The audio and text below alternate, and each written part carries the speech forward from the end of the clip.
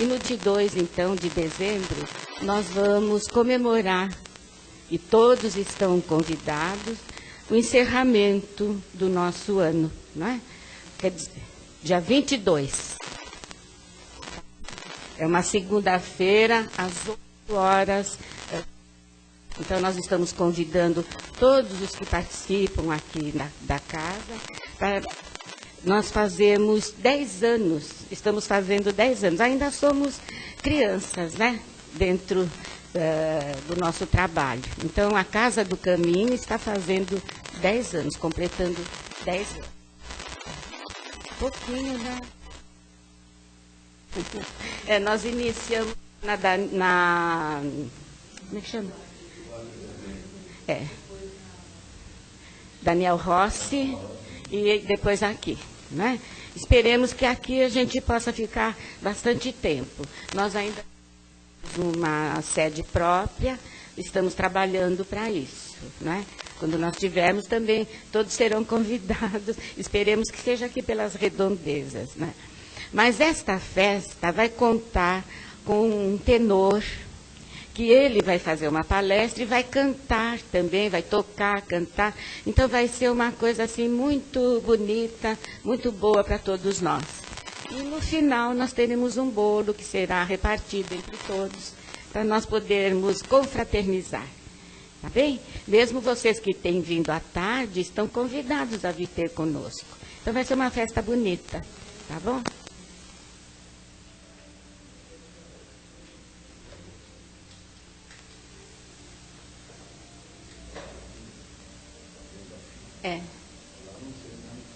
A segunda vez. Então é o menor. É o menor que diminui, não é? Ah, tá bom.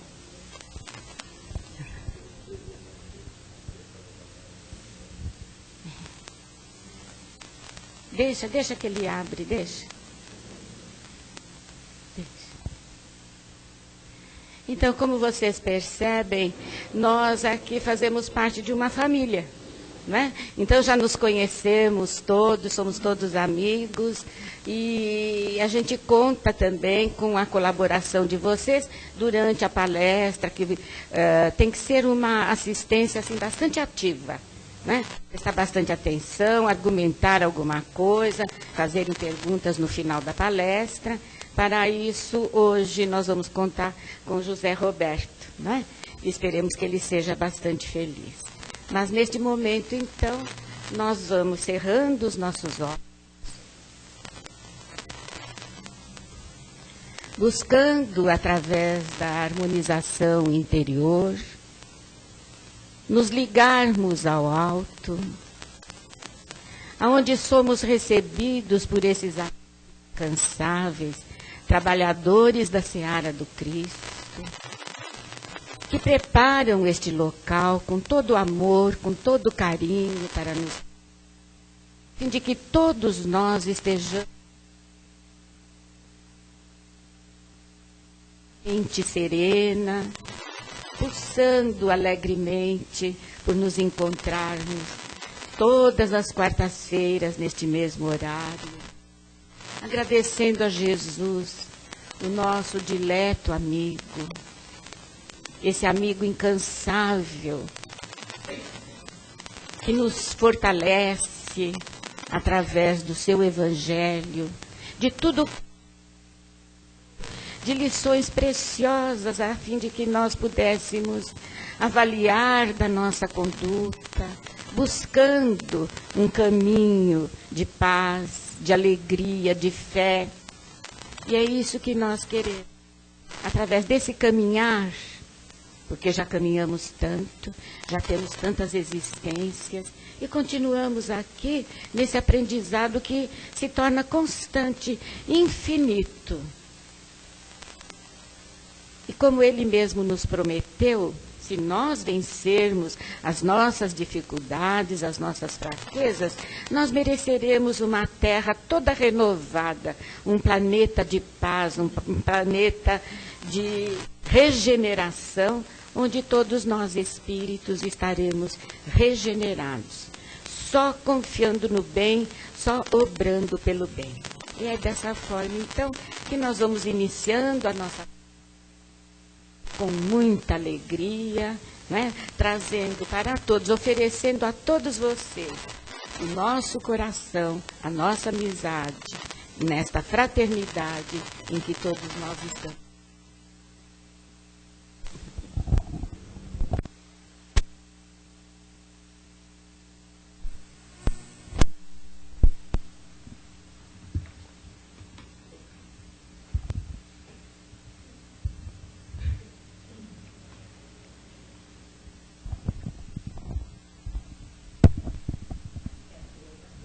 Agora tem que ver o tamanho. Tá certo. Então, boa tarde a todos aqui presentes, também aqueles que nos assistem via internet, pelo site www.casadocaminhosantana, tudo junto, casadocaminhosantana.com.br. Hoje nós vamos tecer alguns comentários sobre um tema do livro que se chama Livro da Esperança. Esse livro foi psicografado pelo Chico Xavier, através de sua mediunidade, e o autor é o Emmanuel. É importante que a gente esclareça, quando se fala das obras de Chico Xavier, e pouca gente sabe, todas as obras do Chico Xavier, ou todos os direitos autorais, pertencem à Comunhão Espírita Cristã de Uberaba, Minas Gerais, que foi uma doação absolutamente gratuita de todas as obras do Chico Xavier, né? Através de um documento que é registrado em cartório, em Uberaba, e aqui diz o número, né? Número 3.807, do livro B, em 20 de novembro de 1978.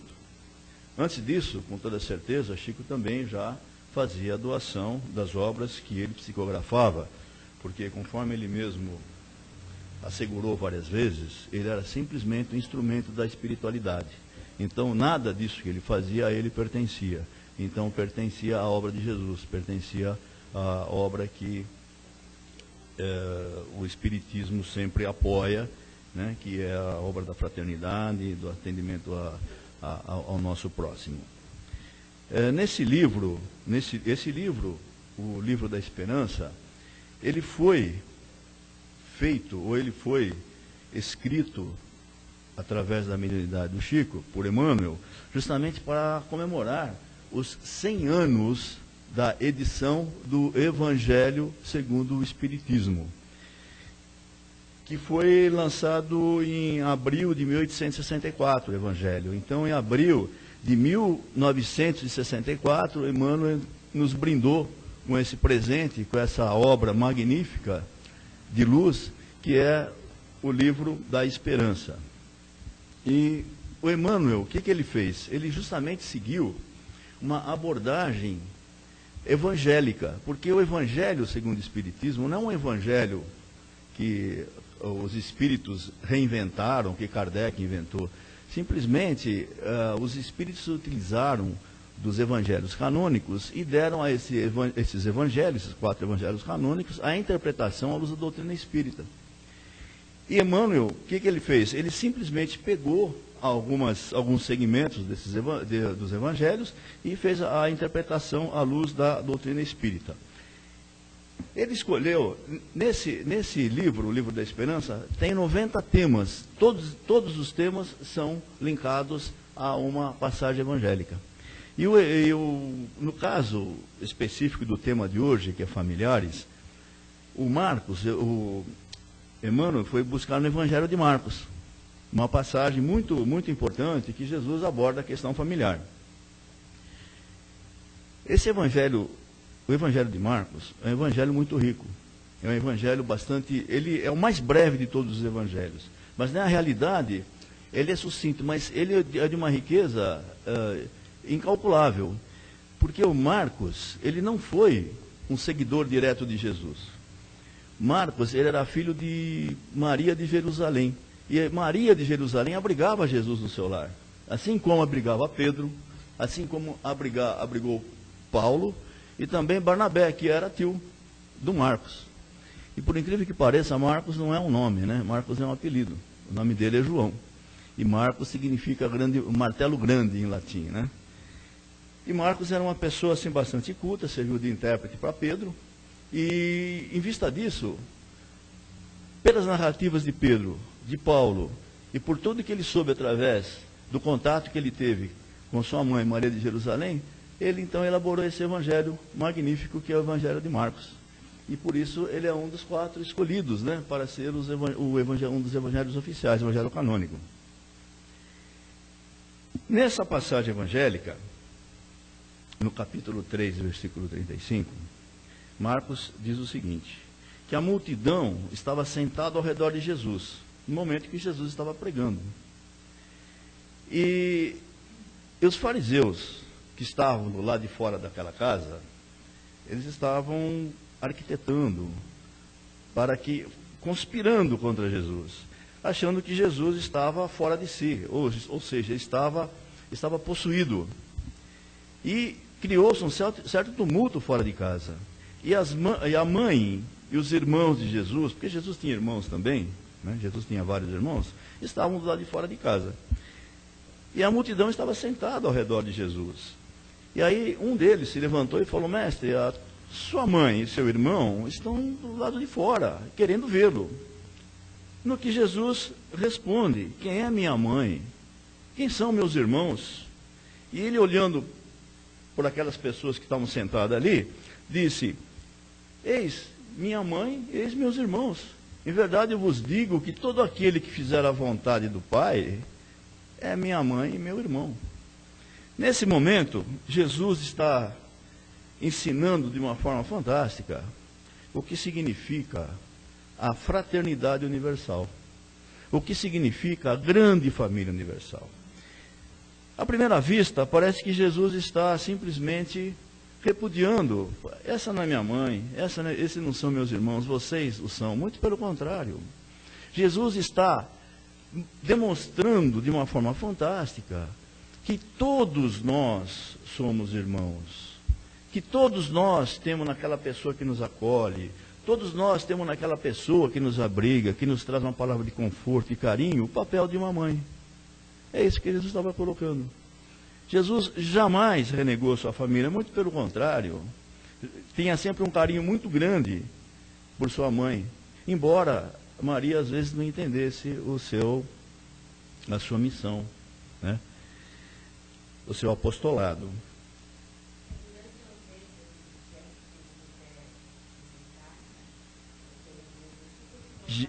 Jesus continua, exatamente, porque Jesus era um carpinteiro, e carpinteiro não quer dizer marceneiro, né? Carpinteiro não faz tudo, carpinteiro é aquele que constrói, aquele que repara, aquele que também faz alguma mesa, faz alguma cadeira, faz um serviço geral, né? O carpinteiro não existia na carpintaria, como nós conhecemos hoje, que era uma profissão muito específica. E Jesus tinha uma profissão de base, como todo judeu tem uma profissão de base. No caso específico, só para uma ilustração, Paulo de Tarso, por exemplo, era tecelão, né? Ele era tecelão de tapetes. Isso não impedia que ele cursasse uma escola rabínica das mais importantes, que era de Eliel, na oportunidade, e se tornou um membro muito importante e destaque do Sinédrio. Mas ele continuava sendo um tecelão. Tanto que quando ele retorna, quando ele abraça a causa cristã, por um período, ele se sustenta com o trabalho de tecelão. Então, todos eles tinham uma profissão de base.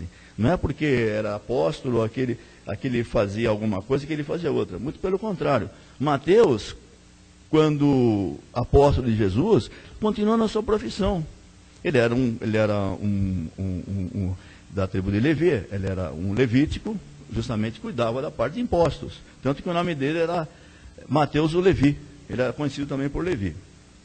No livro dos Espíritos, na pergunta 204, Kardec formula a seguinte questão: uma vez que temos várias existências, a nossa parentela vai além da atual, ou seja, uma vez que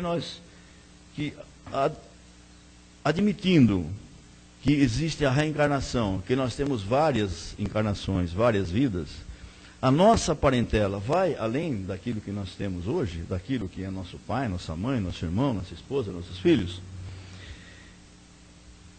os espíritos respondem a Kardec, isso não pode ser ao contrário, é assim mesmo que acontece. Daí a simpatia que existe entre muitas pessoas que se parecem estranhas.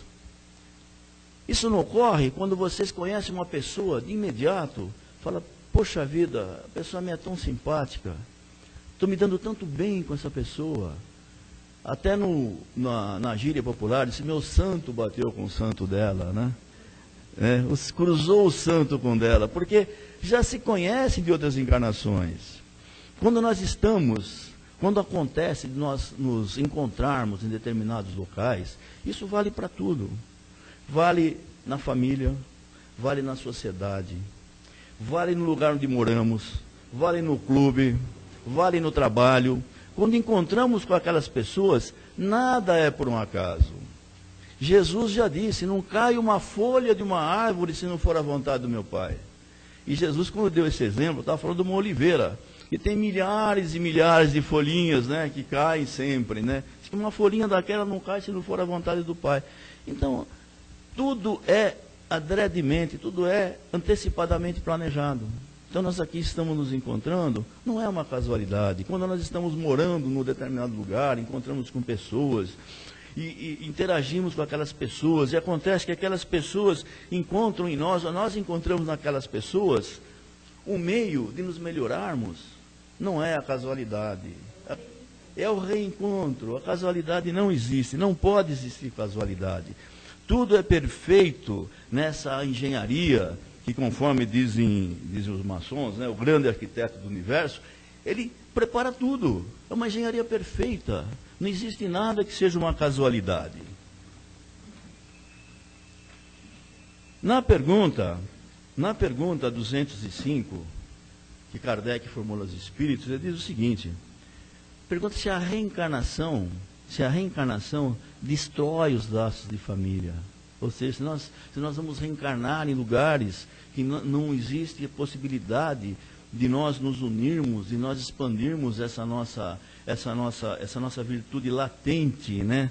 Que é a fraternidade. Porque a fraternidade é latente entre nós. Nós somos criados simples e ignorantes, mas com uma potencialidade enorme. Nós temos tudo para desenvolver. Caso contrário, não seria possível a evolução. Caso contrário, não seria possível a evolução. Como alguém pode melhorar se não tem alguma coisa para desenvolver, né? Então, a pergunta é se destrói os laços de família. Aí os espíritos respondem a Kardec, absolutamente, não é assim. Muito pelo contrário, expande, né? Fortalece os laços de afeição, amplia os deveres, né, de compreensão e fraternidade. Então, a encarnação simplesmente vai ampliar os deveres que temos de compreensão e fraternidade, né? Porque, justamente, nós vamos encarnar com que finalidade? Para evoluirmos. E, possivelmente, para ser suporte que outras pessoas evoluam também, né? Ou, possivelmente, ser suportados por outras pessoas para que possamos evoluir. Então, nada é por um acaso. O Evangelho segundo o Espiritismo, também, ele aborda a questão do parentesco corporal e espiritual. Essa passagem, né, que acabamos de citar do Evangelho de Marcos, também está citado no Evangelho segundo o Espiritismo, no capítulo 14, no item 8, que fala dos laços corporais, né, e laços espirituais, o parentesco corporal e parentesco espiritual. Os espíritos, ou seja, o espírito da verdade, porque não podemos falar de um espírito, né? É um grupo de espíritos que transmite a Kardec todas aquelas informações, diz o seguinte, existem duas espécies de laços de família, os laços corporais e os laços espirituais, né? Diz que os laços espirituais, eles se perpetuam e se fortalecem. Quando nós temos uma ligação espiritual, quando nós criamos, porque essa ligação espiritual não é algo que é assim, colocado de forma pragmática, ou tem ou não tem. Nós é que criamos a ligação espiritual. Pelas afinidades, não só pelas afinidades, no desenvolvimento do nosso sentimento de fraternidade, nós vamos criando. Por isso que ele fala que eles se fortalecem, se expandem e se perpetuam. Ou seja, uma vez que nós criamos um laço de fraternidade com alguém, não é algo passageiro. Porque a fraternidade é algo que sai do fundo da nossa alma, sai das fibras mais íntimas do nosso espírito, sai do nosso coração, como assim podemos falar. Né? Então ele fica para sempre. Não é alguma coisa que seja volúvel, não é alguma coisa que seja temporária e passageira. Isso é o que acontece. Quando ele fala dos laços corporais, os laços corporais que os espíritos querem falar para Kardec, são aqueles mais voltados à parte material. Aquele que, às vezes, chamamos de amor e não é amor. É possessão, é querer ter posse, né? É querer ter paixão, que não é amor. Paixão não é amor. Então, ele diz o seguinte, são frágeis, se extinguem com o tempo. E muitas vezes, esses laços que acontecem na família se dissolvem moralmente. Se dissolvem moralmente. Por quê? Porque não tem sustentação, não tem solidez. Não é um sentimento puro. Não é uma virtude. É simplesmente um fato momentâneo. Então, os espíritos colocam para Kardec, e nos colocam também, né? É bom que... Esse é um capítulo muito importante, e quando a gente estuda sempre no Evangelho no Lar, procuramos sempre abordar, desenvolver alguma coisa sobre esse tema, porque sempre tem alguma coisa que a gente vai descobrir. Porque a doutrina espírita não é uma coisa estática, não é aquilo que está lá e pronto. O livro dos Espíritos é um repositório de conhecimento e sabedoria. Porém, à medida que nós podemos interpretar melhor, nós vamos descobrir novas vertentes sobre aquelas respostas. E vamos procurar justamente aquilo que nos coloca sempre em dúvida. E vamos procurar, e vamos encontrar, fatalmente, um caminho. Vamos encontrar um caminho. Porque devemos sempre estar estudando. E cada vez que nós vamos verificar algumas questões do Livro dos Espíritos, nós vamos sempre descobrir uma nova situação, alguma nova visão sobre aquilo. Assim é o Evangelho segundo o Espiritismo. Porque simplesmente é o Evangelho de Jesus na interpretação dos Espíritos. Né? E quando os Espíritos interpretam, poxa vida, mas isso aqui está uma linguagem meio arcaica, né? Uma linguagem já passada, mas não é isso, é o conteúdo que nós temos que procurar no Evangelho segundo o Espiritismo. Os Espíritos ainda esclarecem para Kardec que a família é um instituto primário, ou seja, a causa primária da caridade moral, material e espiritual. Quer dizer, na família é que nós vamos ter o primeiro ensaio para o desenvolvimento das nossas virtudes. Senão, nós não vamos conseguir. Se nós não conseguimos desenvolver com aquelas pessoas que vivem ao nosso lado, que vivem debaixo do mesmo teto, aquelas pessoas que nós, sem dúvida alguma, escolhemos ou aceitamos como nossas parceiras nessa encarnação, por onde vamos começar? Não é verdade? Quando ele fala da questão moral, esse é o primeiro passo, é o primeiro tijolo da parede, a questão moral. Na família é que nós temos a oportunidade de nos burilarmos moralmente. E para nos burilar moralmente, não é necessário que nós vamos buscar, vamos seguir os mandamentos da lei de Deus, né? Não é assim. Seguir por seguir. Seguir sem estar convicto de que aquilo é benéfico para a nossa evolução, sem ter aquela aceitação de que aquelas recomendações nos é propícia para o nosso desenvolvimento, nós não vamos a lugar nenhum. Então, o primeiro tijolinho que se coloca é o tijolo moral. É ali que nós vamos começar a edificar. Quando fala do material, por que material? A nossa obrigação no seio familiar é também suprirmos das necessidades básicas. Se nós não suprirmos aqueles que são nossos dependentes daquelas necessidades primárias, então nós estamos falhando. Assim como aqueles que nos acolheram no seio familiar, também assim o fizeram conosco. Então, essa necessidade material, não é que não leva, não extrapola a ambição, a usura, nada disso. É somente naquela necessidade do bem-estar, na necessidade de nos mantermos como espíritos encarnados, porque nós temos essa responsabilidade sobre a matéria. A nossa matéria tem que ser preservada. Nós temos um veículo importante, um veículo ímpar que a espiritualidade nos confiou, que o Criador nos confiou, que é o veículo carnal, e nós temos que cuidar dele. Aí nós vamos falar, poxa vida, mas a nossa encarnação, uma encarnação difícil, um plano de provas e expiações, nós estamos sujeitos a vicissitudes, a doenças, a perdas, é assim mesmo que acontece.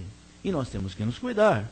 Não pode faltar absolutamente nada para que nós nos preservemos de uma forma digna e baseada no primeiro tijolo, moral. Né? Moral. Uma outra vertente é a vertente espiritual. E essa vertente espiritual, ela é ligada diretamente à vertente moral. Se nós não burilarmos o nosso lado moral, como é que nós podemos alçar as alturas? Não podemos. Como é que nós podemos compreender a evolução, a nossa evolução espiritual, sem estar lastreado na evolução moral? Não existe isso. Tanto que a doutrina espírita, a gente costuma dizer o seguinte, a doutrina espírita é baseada em 3 aspectos fundamentais: ciência, filosofia e religião. Mas o melhor que se pode dizer é que ela é lastreada em ciência, filosofia e moral. Porque sem a moral nós não atingimos nada, não atingimos a religião. É lógico que é uma religião porque nos religa a Deus, com toda certeza. Mas como é que nós vamos nos religar a Deus sem estarmos fundamentados moralmente?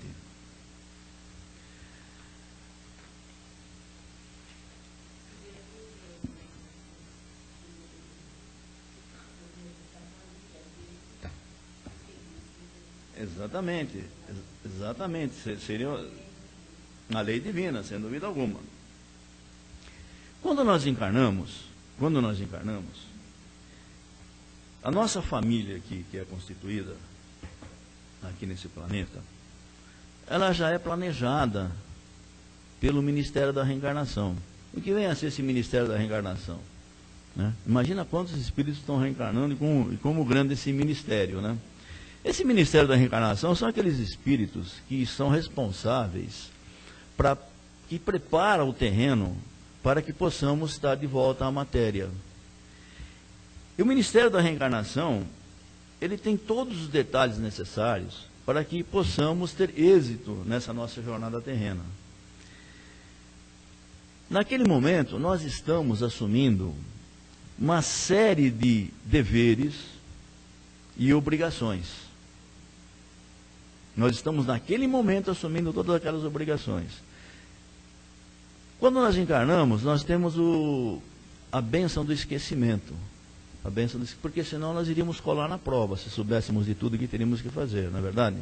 Então, não estaríamos burilando o nosso lado moral e nem evoluindo espiritualmente. Nós teríamos aqui uma relação do que tínhamos que fazer, tenho que me dar bem com o meu vizinho, eu tenho que fazer isso, eu não posso roubar, mas a vontade minha é roubar, mas não vou roubar, entendeu? Quer dizer, não é alguma coisa que está no fundo da sua alma, não é alguma coisa que está no seu coração. Então nós nos esquecemos.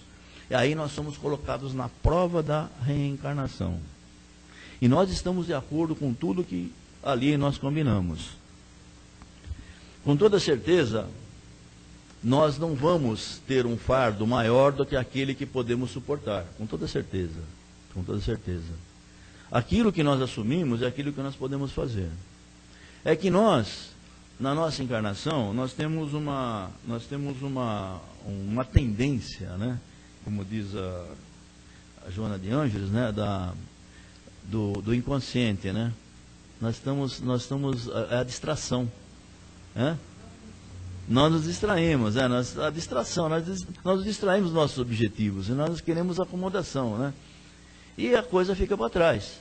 E nós deixamos aquilo para trás. E nós vamos, sem dúvida alguma, aquele é um débito que nós temos que recuperar. Por quê? Porque nós já temos isso gravado no nosso perispírito. Se não cumprimos, é porque falhamos. Aquilo está, como diz o André Luiz, está gravado na nossa zona de remorso, né? Que é o nosso disco rígido. Está gravado lá e não tem como apagar. Aquilo não tem ninguém que vai apagar, recuperar ali e limpar o disco rígido. Nós vamos ter que fazê-lo, né? E esse compromisso, ele passa pelo nosso reajustamento próprio e de outros espíritos com os quais nós nos comprometemos. Passa por isso. Então, nem sempre alguém tem tão pouca virtude que não possa fazer algo mais. Nós sempre temos nossa virtude desenvolvida a um ponto que podemos fazer alguma coisa a mais por alguém. Então, sempre que nós encarnamos, nós temos um compromisso com aquelas pessoas, com aqueles entes queridos, com aqueles espíritos amigos ou inimigos que estão ali encarnados conosco.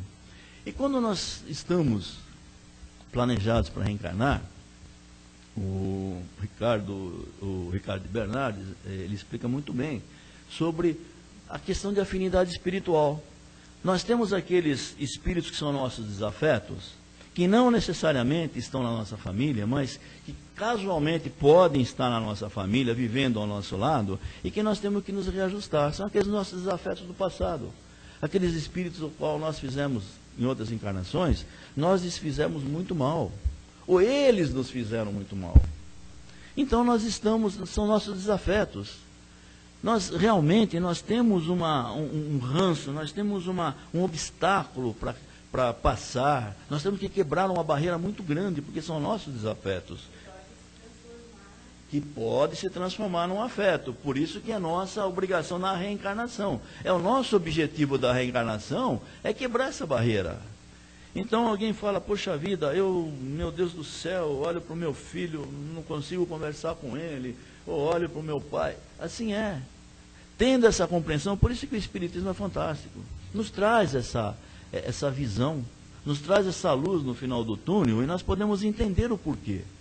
Entendendo a razão, nós temos as ferramentas necessárias para que possamos ajustar aquela situação. Também nos casos dos afetos, aí fala, bom, então é bom a gente encarnar sempre com afetos, né? Nem sempre.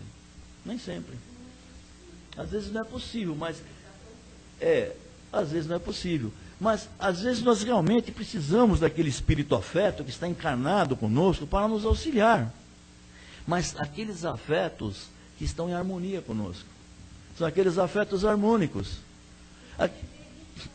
Pode vir de fora também. Ou seja, nós não tivemos nenhuma encarnação com eles, eles estão conosco, mas são espíritos que são os nossos afetos, são espíritos queridos, ou espíritos até que nós já tivemos uma vivência aqui na Terra, aquela avózinha querida, maravilhosa, que desencarnou já quando nós tínhamos 3 anos de idade, né? De repente aparece como nosso filho, nossa filha, né? Ou aparece como nosso sobrinho, quando não somos nós, como diz a Matilde. Mas nós não precisamos de nada para se reajustar, nós já estamos ajustados. Agora, tem aqueles afetos que são desarmônicos. Esses é um problema, não é um problema, mas é um trabalho que nós temos que realizar para reparar alguns erros do passado. São aqueles espíritos que nós amamos, mas estão em desarmonia conosco. São aqueles filhos que em outras encarnações tivemos fora do relacionamento familiar, né? Aquele relacionamento que tivemos fora da família.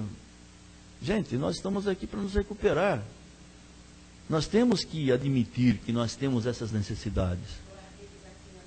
Ou aqueles a quem abandonamos, aqueles filhos que abandonamos, aquele companheiro, aquela companheira que nós gostávamos, mas de repente por um motivo qualquer, por desistir de lutar, por desistir de prosseguir, nós abandonamos também.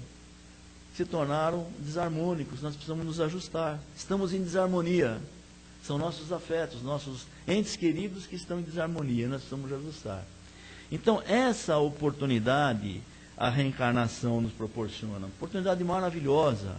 Por isso que quando falamos de familiares, nós estamos falando não somente daqueles que estão debaixo do nosso teto, são aqueles familiares também do lado espiritual, aqueles que nós temos aquele relacionamento tão grande na pátria espiritual e que nós aqui na terra voltamos a nos reencontrar.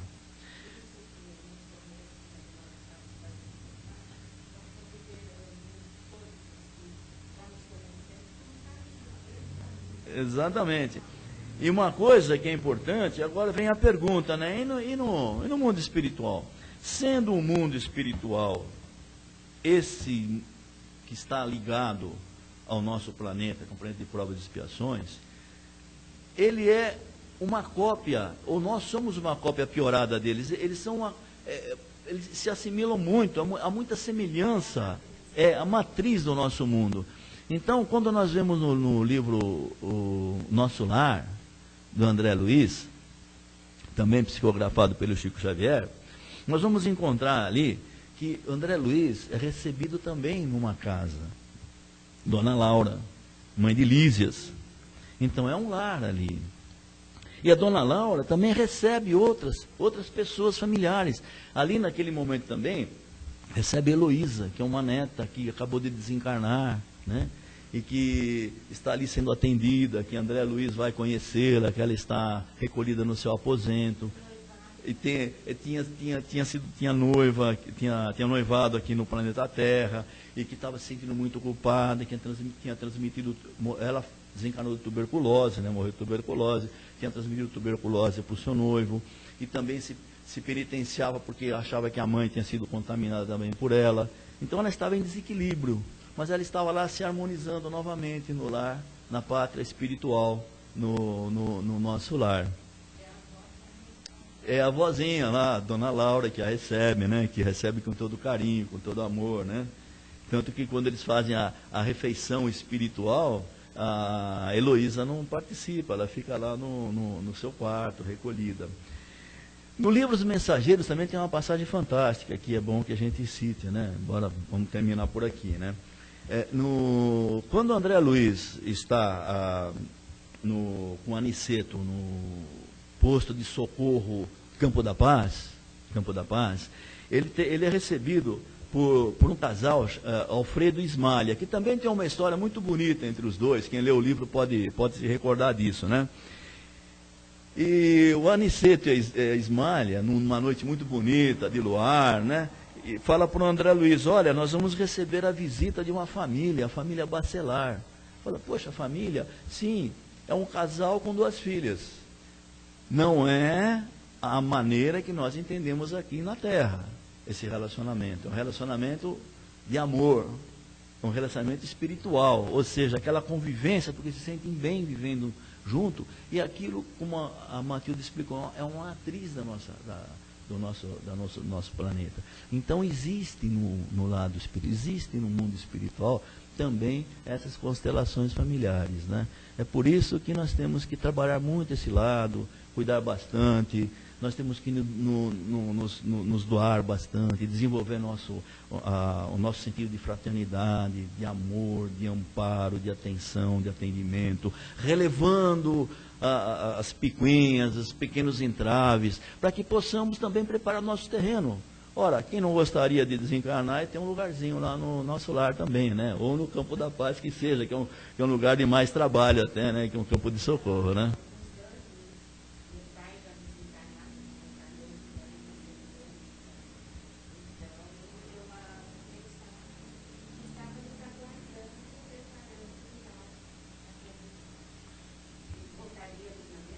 Muito bom, que maravilha.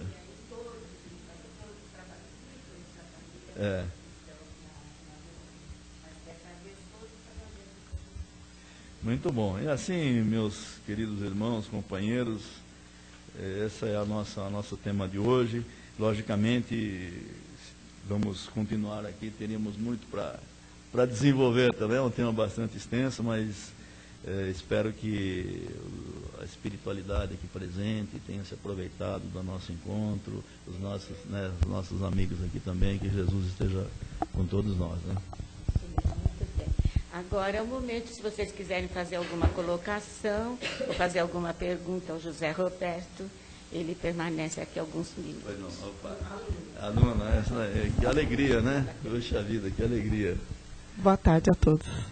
Eu gostaria de saber, uma pessoa que vem e não tem família, ela vive desajustada de um canto para outro, qual a necessidade dela nessa situação espiritual? A pessoa que, na realidade, todos têm uma origem, uma família, né? Nós sempre temos aqui nesse planeta aquilo que nós necessitamos. E se a pessoa vive desajustada de um canto para o outro, pode ser duas coisas. Uma necessidade dela viver esse momento, porque ela desprezou, possivelmente, família no passado, ela veio justamente para dar valor a isso agora. Nesse momento ela tem que dar valor. Ou pode ser também uma própria falha dela, ou pode ter falhado em alguma coisa. Esses dois lados, né? Mas nada é casual, com toda certeza, né? E também, mesmo que essa pessoa tenha se esquecido, né? Como diz Joana de Ângeles, estava adormecida nesse aspecto, esqueceu das suas obrigações, logicamente vai ter outras oportunidades em outras encarnações, né? Mas, normalmente, quando uma pessoa vive isolada ou tem que sofrer essas vicissitudes, é para dar valor a tudo aquilo que deixou de fazer em encarnações passadas, né? Teve e não deu valor. É isso no caso dela estar assim em desequilíbrio, sofrendo essa situação. Porque tem muitas pessoas que vivem sozinhas e estão bem por opção, às vezes tem que cumprir alguma tarefa só, mas nunca estamos realmente sós. Sempre nós temos um anjo da guarda, um espírito protetor, muito acima de nós, com maior compreensão, a nos guiar na existência. Então, que ela fique tranquila também, porque não está sozinha. Se tem amigos, se tem alguém que está ao lado dela, mesmo na espiritualidade, ela não está só. Nós vamos encerrar porque...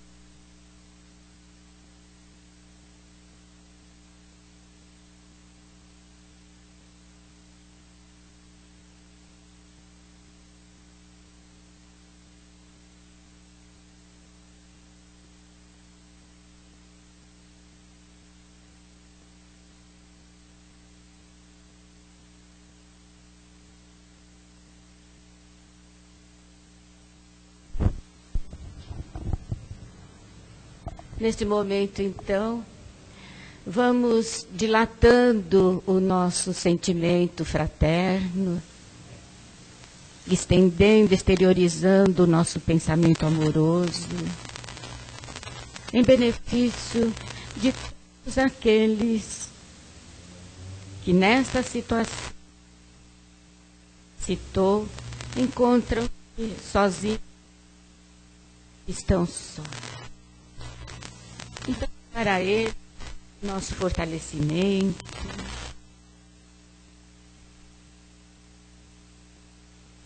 para lhe transmitir tudo.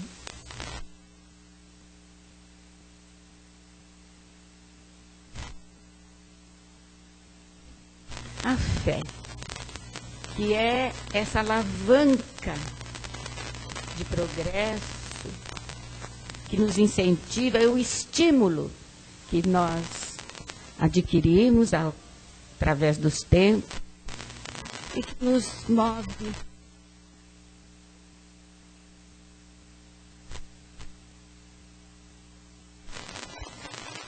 estão aí nossos amigos da espiritualidade, parentes ou não, que são os intermediários entre os nossos protetores e Jesus. E Jesus, através da sua benéfica, através do seu amor, toda a humanidade, é o nosso avalista diante de Deus. Toda uma hierarquia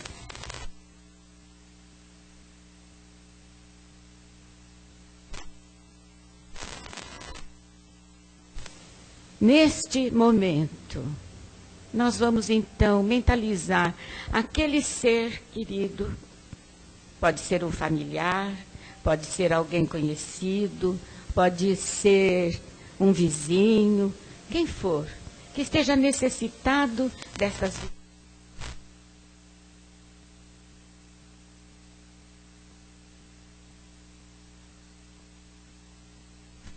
para essa pessoa.